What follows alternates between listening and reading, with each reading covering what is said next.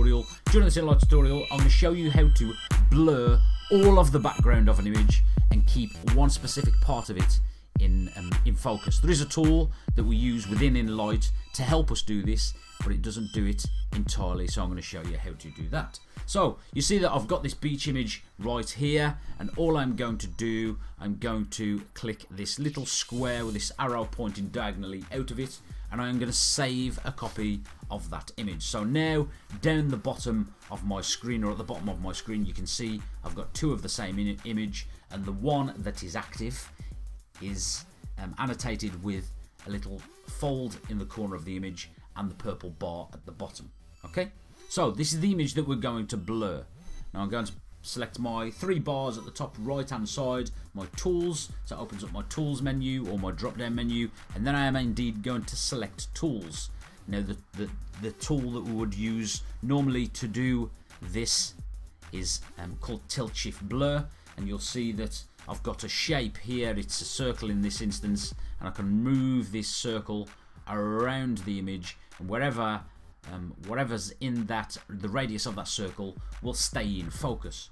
But like I said, you can't get a starfish within that circle, and there's not, if I selected shape, you would notice that there's not a star in there, so we're going to have to cut the star out, and I'll show you how we do this. So we want all of the image blurred for the time being, and all I'm doing is pinching and squeezing and making this circle as small as I can. And you'll see these arrows on the outer sides, these arrows right here.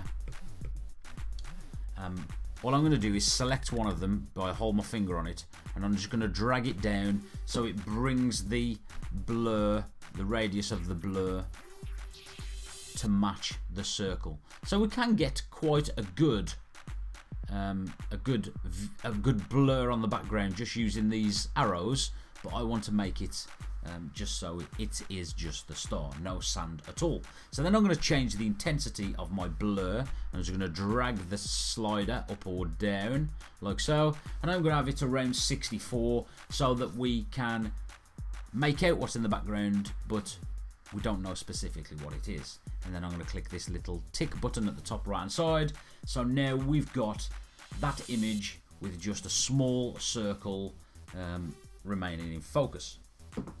Okay, so now what we're going to do is bring the other image in.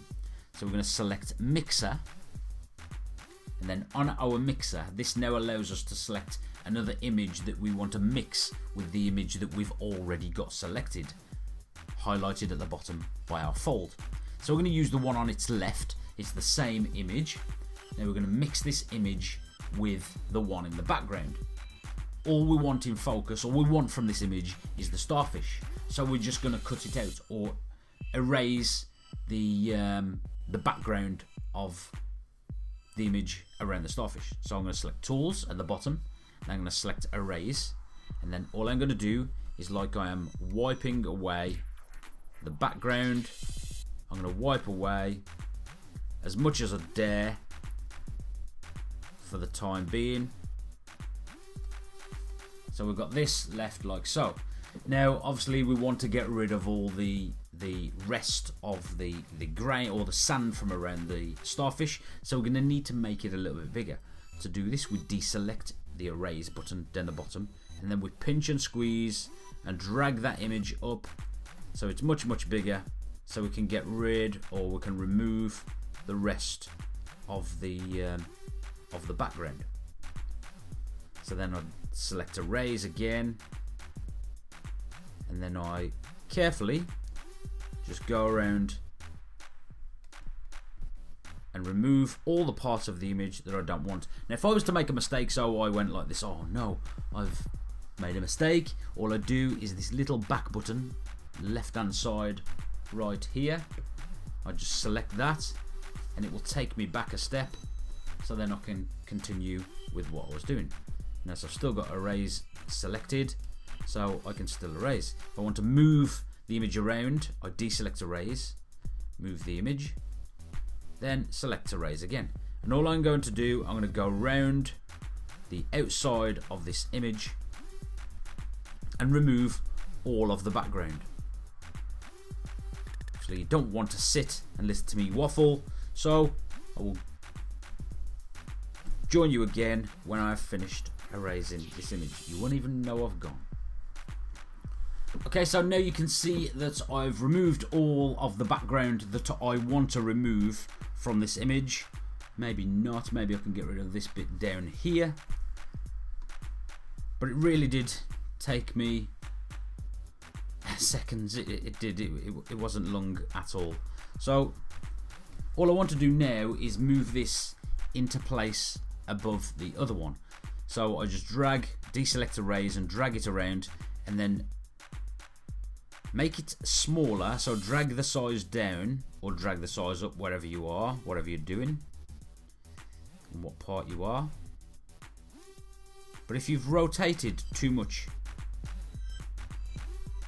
when you get the size right, it will snap in place like so. So now this image snapped in place for me, and that's really simple, and that's nice and sharp.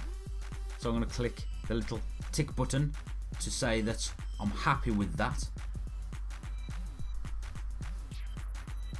And that really is as simple as it is. And then I just select the button at the top, save that photo out. I could add a nice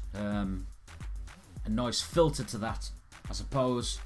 You know, I could have got rid of some of the edges down the side down here. Look, you see that I haven't deleted some of the things properly, but that's easy fixed. I'll just go back one and just fix that problem. So I hope this helped you out. Just as a point of note for future videos, I'm going to make some really short Enlight tutorials that takes you through all of the Enlight tools. So yeah, look forward to those, and I'll put those in a playlist on their own, and they will be coming sort of thick and fast quite quickly. So I hope this helps you out, and yeah, have fun with this. Catch you soon.